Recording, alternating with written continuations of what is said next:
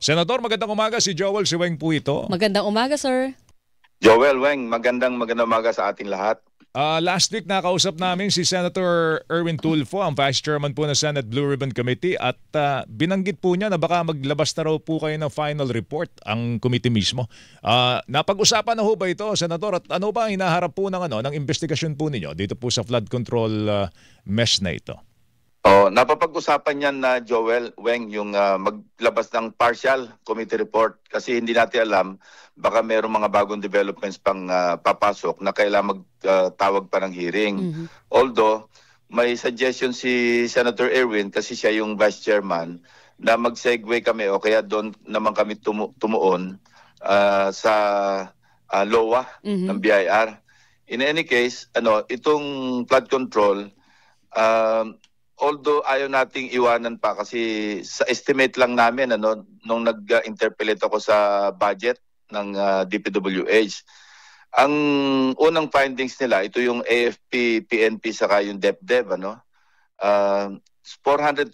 o 421 ghost projects kagad ang nakita nila doon sa 8,000 na na-inspeksyon nila.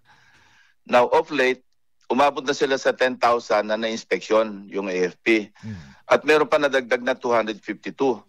Ang ibig sabihin, kasi ang total nito, ang universe ng flood control projects mula 2016 hanggang sa to date, nasa mga 30,000.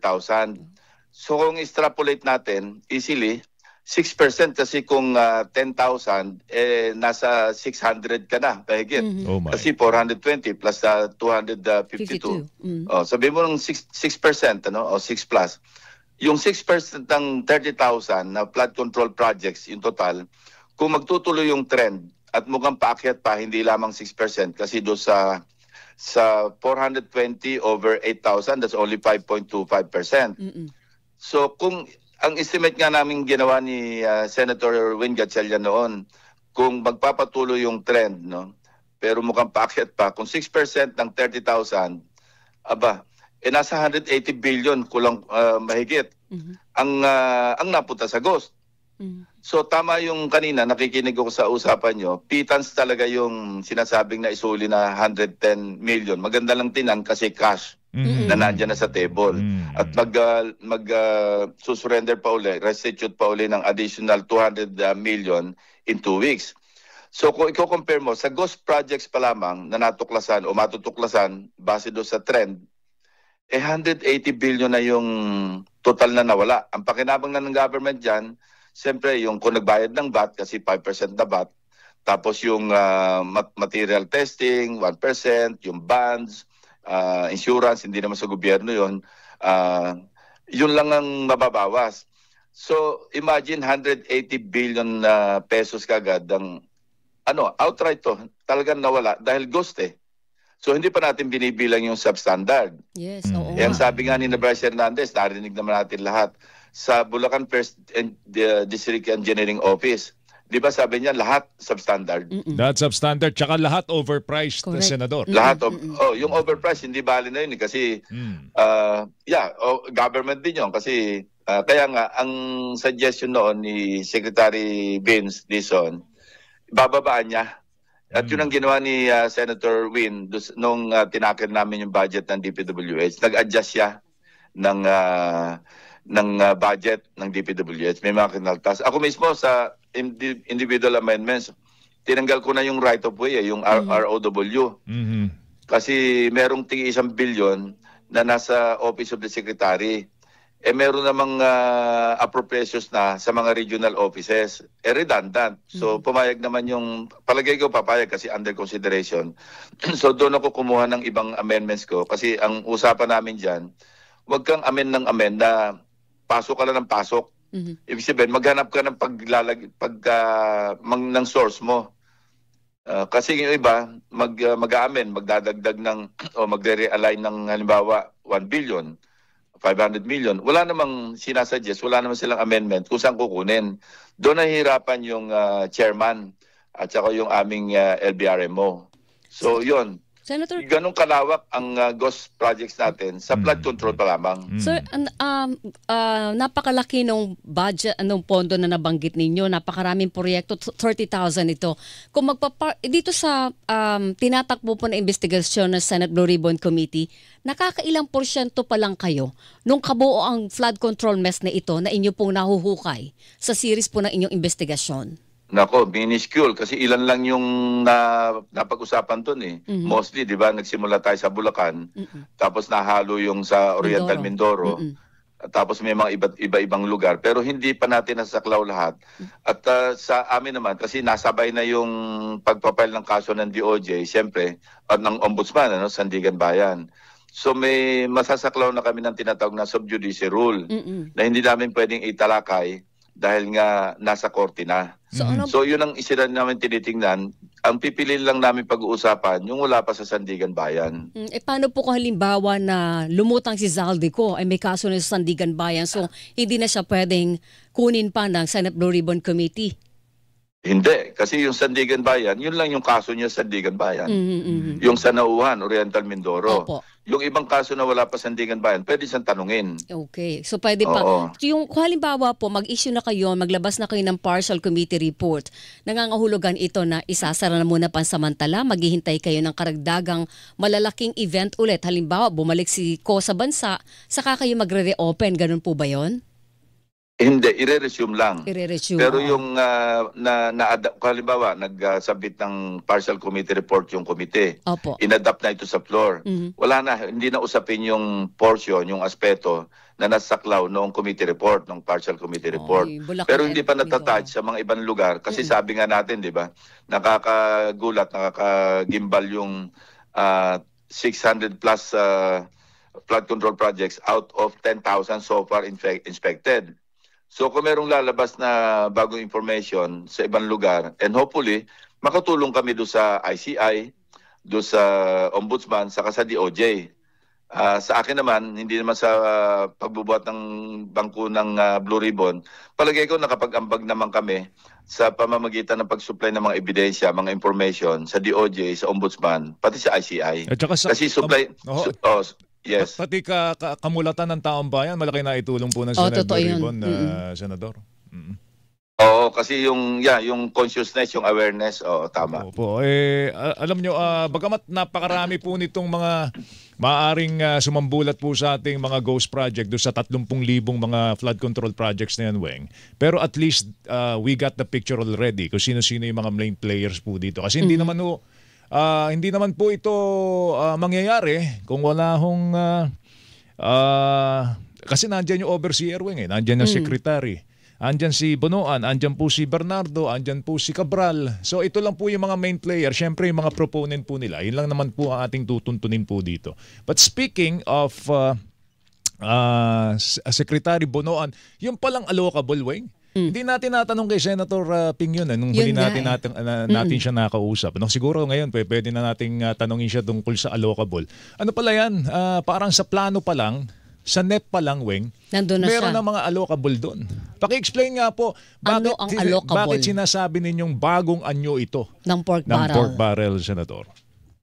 Kasi yung allocable, lumabas lang yan, I think 2022 eh. Kasi nung pag-alis namin ni Senate President Tito Sen, wala namang kaming naririnig na allocable eh. Pero ito na nga yung sa NEP pa lamang, nakipag-ugnayan na yung mga legislators and vice versa kay Undersecretary Cathy Cabral. Si Cathy Cabral din, ganun, nagpapadala ng mga mensahe, magpasok na kayo sa NEP para maihabol natin sa NEP. Ang NEP, wala naman talagang pakialam ang Congress doon, ang legislature. Kasi ang NEP talagang exclusive na domain ng executive branch. Kasi diyan ang pinanggagalingan dapat yan, lahat yung output ng mga regional development councils na nanggagaling naman sa baba, yung local, sa mga municipal, city, provincial. So bakit doon pa lamang, magpapasok na yung mga legislators? Ewan ko kung sino nagpauso nito at nag-coin ng nomenclature na allocable plus yung tinatawag na leadership fund. Doon pa lang bakit meron na? Sir? Yun na napagtaka. yung mga congressmen, pwede pang ikatwiran nila, hindi, ito yung hiniling ng aming mga constituents o hiniling na aming mga local development councils dahil nandun sila sa distrito. Ang mahirap tanggapin, bakit pati senador merong allocable? At saka ang I-understand, meron ang allocable din, ang idea ay meron ng pondo, tapos saka na lang ilalarga yung pondo pag may proyekto na parang nauna po ba yung allocation, walang specific na pagpupuntahan ng pondo? Wala. At saka walang program of work, Yes. walang pinagbasihan. Parang whimsical masyado na ito. At saka nauna yung amount bago yung project. Kasi magbibigay ng amount. Sabihin ni, tulad ng message na pinadala niya doon sa staff ni Senate President Soto, di ba? Na may 500, maglagay na kayo ng, magpasok na kayo rito.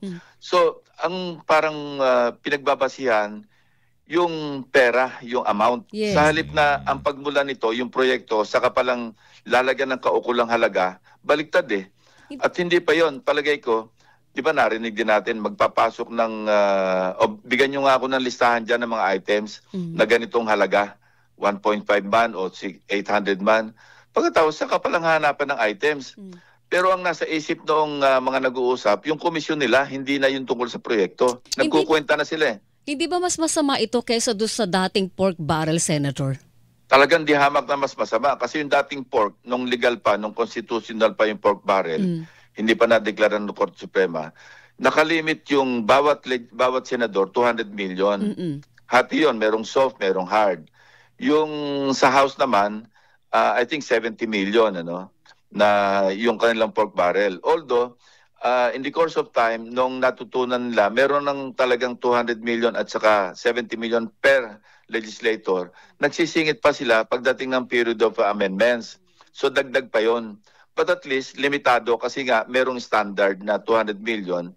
Ang masama lang nung araw, nung legal pa yung pork, yung pag-identify ng proyekto, tapos na yung budget, pasado yung GAA, saka pa lang yung senador at saka congressman, pipili. Ito yung gusto kong project, post-enactment. Correct. Yun ang mali. Yun ang unconstitutional, sabi ng Supreme Yun ang Court. sinabi ng Supreme Court. Lalong napasama kasi unconstitutional, nawala na ng ceiling. Oo. Kasi pag-uusapan na natin dito, 10 billion, 14 billion, 5 billion, gano'n na yung nag-standard. At sa NEP, meron na sa NEP, pagdating pa sa deliberation, magsisingit pa ulit. Pagdating sa BICAM, magsisingit pa ulit. Kaya mangled talaga eh. Dito sa allocable, ang sindikato dito, DPWH at saka yung mambabatas. Totoo. Oo. Tapos, sila lang nag-uusap. Sila lang. Tapos, nadadami nila yung kontratista pag nagbigay na ng kontrata sa kanila. Minsan, nag-a-advance na, allocable pa lang, Talaga? NEP pa lang, may advance na yung contractor na 10%. Ibig sabihin, hindi pa nga naipapasa yung batas at hindi pa nagde-deliberate sa both houses, tukoy na nila kung sinong contractor. Kasi may 10% na eh. Ngayon, pag napasa yung GAA, saka ibibigay yung 15%. So wala na yung dating kalakaran doon sa pork barrel na merong 200 million yung senador at pag namili na ng proyekto, saka pa lang nakipag-usap sa contractor, saka pa lang pipili at saka pa lang mag-uusap sa komisyon. Pero ngayon, NEP pa lang, nag-advance na yung, di ba ito yung testimonya ni Bernardo? Yes. Na NEP pa lang, may advance na. Kaya nga, di ba, nung naipasok, sinasabi ni Saldico, yung 100 billion, hindi ba? Na ang nahawakan doon ni Bernardo, 52 billion. Kasi ang sabi niya, hinimay niya, sabi niya, totoo, Senator, yung, kasi nakausap ko siya eh. Totoo, Senator, yung 100 billion na pinakita ni Saldico. Kasi tumama ito sa aking listahan. Naalala niyo yung listahan niya eh. Kami rin ni Senator Gatchalian, nagtugma rin, sabi ko tama yan kasi kami rin nag-inspeksyon namin yung listahan ni Saldico. Tama, nasa GAA talaga yan. So, imagine, meron na siyang dinideliver, kagad sinasabi niya, may 8 billion siyang dinideliver kay Olaybar, hindi ba? Para kung kani-kanino. So, NEP pa lang, nakapag-deliver na yung contractor, ibig sabihin, tukoy na kung sino contractor, ganun kasama na ang naging kalakaran. Yun nga ang nakakalungkot, Senador eh. Kasi alam mo, Weng, NEP pa lang, di ba? Tapos sasabit sa Kongreso. Sasabit sa Kongreso yan. Ang Kongreso dapat ang humihimay, sumisita. Wala na. Wala na Paano yung mo ganun hihimayin kung sila mismo ang nagsingit Kaya nga sa NEP wala pa na lang? yung ganun. Yun ang Hindi, nakakalungkot. Ang tinitingnan na lang na sa pag nag-deliberation sila, committee hearing man o sa plenaryo, na hindi mawawala yung kanilang allocable. Yun na Yung lang. pinag-usapan nila. Tinitiyak Yes. nila na hindi mawawala yun. Yun na lang tinitingnan nila. Parang masyadong parokyal na. Hindi lang parokyal. Hindi, no? Selfish na. Opo. Na babantayan na lang nila yung in-advance sa kanila ng DPWH galing sa contractor. Kailangan wag mawala ito. Pero minsan, nagdo-double sale pa nga eh. Naku, Diyos ko po. Nakapag-advance na, pagkatapos, nakipag-usap pa sa iba. Meron pang ganun mga situation. So, ito Senator, naman contractor, saan siya babawi? Mag-gugos na siya ngayon. o kaya substandard. Sobrang substandard na Oo, proyekto. kaya nga lahat substandard na eh. Okay. Senator, sa allocable, nilalako po ito sa bawat senador. O sa mga congressman, sabi niyo hindi masyado ito dahil mas malinaw yung Hindi. kanilang proyekto. Senators lang ba dito? Sa mga congressman, kung makita mo listahan, para siyang roll call. Oo. Anong ibig sabihin, Senator? Halos lahat. Halos lahat meron. Halos lahat sila may allocable. Kung, Ang senators- kung titingnan natin listahan, talagang allocable, inalok talaga sa lahat. Ngayon, depende na lang kung Kakagat ka. kung sinong kakagat. So lahat din ng senador na alok na allocable. Ayoko na magsalita sa ganyan, Weng, kasi sensitive matter. Kasi yan ang yung pinagkatampuhan namin ng aking mga kasamahan. Opo, Di ba? opo. Minsan nakabanggit ako na Opo. almost all noong 2025 o 2024 ba yan? Anyway, yun, ganun ang Kaya ayoko na lang i-tackle yung aspeto na yan. Alam na natin na talaga merong allocable Paano at natin- merong leadership fund. Ano pa naman yung leadership fund? Kung Yun hiwala din ito yun. sa allocable. Hindi, yun din yun. That's another name Another para name sa lang. allocable. Okay, paano natin po gagamutin ito sa ilalim ng 2026 budget? Alam natin na mabusisi ngayon yung chairman ng Finance Committee ng Senate. Pero meron ba kayo natutukoy ngayon sa 2026 budget ng mga allocable funds? Hindi ubra kasi ginawa namin transparent eh. No, kung napanood niyo yung aming live streaming, di ba? Opo. Nag-introduce kami ng individual amendments on the floor. Yes. Dati-dati kasi ang kalakaran, magsasabit ng kapirasong papel doon sa chairman. Sila lang nag-uusap, hindi ito nakalantad. Sa House, hindi nangyari yon. Pero sa Senate, ginawa namin kahapon. Lahat ng individual amendments, pati yung mga nag-submit lang at hindi sila yung mismo nag-introduce sa floor, binasa isa-isa ni Senator Gatchalian. 11 yung binasa niyang individual amendments ng mga senador. At ito, pag-aaralan ulit kung ilan doon yung i-accept, ilan yung i-reject. So, ang give or take, inaasahan kasi namin kagabi, usapan namin ni Senate President, mag-approve na sana kami on second reading kagabi. Opo. Nang sa ganon, sa Friday, magte-third reading na kami. Para next week, schedule na yung BICAM. Pero humiling yung minorya na gusto nila yung sa individual amendments pa lamang, hindi pa na-approve ang second reading, humingi na sila ng clean copy. So sa tingin ko rito, maaaring maabala pa kami kasi pagka nilabas yung clean copy at nakitan lang hindi na-adapt yung kanilang individual amendments, baka pwedeng erase na naman sa floor. Pero ito, pwede namang nag-usap na kami sa majority block. Kasi kami, we're 4 square behind Senator Gatchalian. Ang usapan namin, kung ano yung kanyang i-accept at saka yung kanyang i-reject. After all, nasa likod naman niya yung LBRMO namin, yung Legislative Budget Monitoring and Research Office. Opo. Pinag-aralan nila ito every step of the way. So in-interest namin kay Senator Gatchalian kung ano yung mga tatanggapin niya mga individual amendments, ano yung re-reject at susuporta namin siya kung darating sa botohan. Ang problema sa dito, floor. Senator, ganito doon sa Senate side, malinis, di ba, Joel? Sabi niyo nga na very transparent yung amendments. Paano niyo po sisilipin yung sa panig naman ng Kamara? Sa BICAM na lang kayo Sa magkakatalo-talo? BICAM. BICAM Sa na lang BICAM yun. Kasi sinimplify na namin yung BICAM. Dati-dati, ang BICAM, ang gulo. Kasi nga, maski wala sa House version, wala sa Senate version, na ipapasok sa BICAM. Mga aliens, mga alien na provisions, mga appropriations, yung mga singit. Dito, nagkasundo na yung House Appropriations sa Committee Chairperson at saka yung Finance Committee Chairman na hindi kami lalabas doon sa House version at saka Senate version. I-juxtapose namin ito, may metrics namin, isa-isang pag-uusapan yung disagreeing provisions lamang. Okay. It's good. Yun lang ang pag-uusapan. Mas simple yun at saka pwede namin gawing transparent yun. Okay. At saka yun ang intention namin. All the way, hanggang BICAM, gagawin namin transparent. Hanggang enroll bill, gagawin namin transparent. Nakapost ito, ipopost ni Senator Gatchalian doon sa website. Nag-open siya ng transparency portal. Yes, opo. Lalabas lahat doon eh. Okay. Alright. Senador, may nagtatanong dito, yan ba yung inalok daw ni Cabral kay Tito Sen? Yung allocable na yan? Yan ba yun? Oo, ganun. Oo, ba yun? 500 million. Ayun. Diba? Pinag-sasabit ng proyekto. Ang mangyari kasi, kung ano yung proyekto nasa isip ng senador o congressman, isasabit niya yun eh. Tapos ang check lang ni Cathy Cabral doon, Jose Cabral, kung may mga redundant, kung merong mga, yun lang. Pero parang by and large, ma-adapt yung turo-turo na tinatawag. Oo. Hindi na pinag-aralan, no? Major player talaga yung Yusek Cathy Cabral, ano? At mukhang kinakaya na isa sa mga masampahan ng kaso yan. Pero wala sa kaso. I think, Wala. hindi, wala pa. Pero na siya, na-implicate na siya ni Bernardo, Yes, di ba? oo. Na nagdadala siya mismo sa bahay ni Cathy Cabral ng pera. Oo. Okay. Senator, salamat sa thank oras. you. Thank you, Salamat, sir. Thank you. Good Salamat. morning po. President Pro Tempore Panfilo Lacson, Chairperson, Senate Blue Ribbon Committee, mga kapuso. Saksi sa double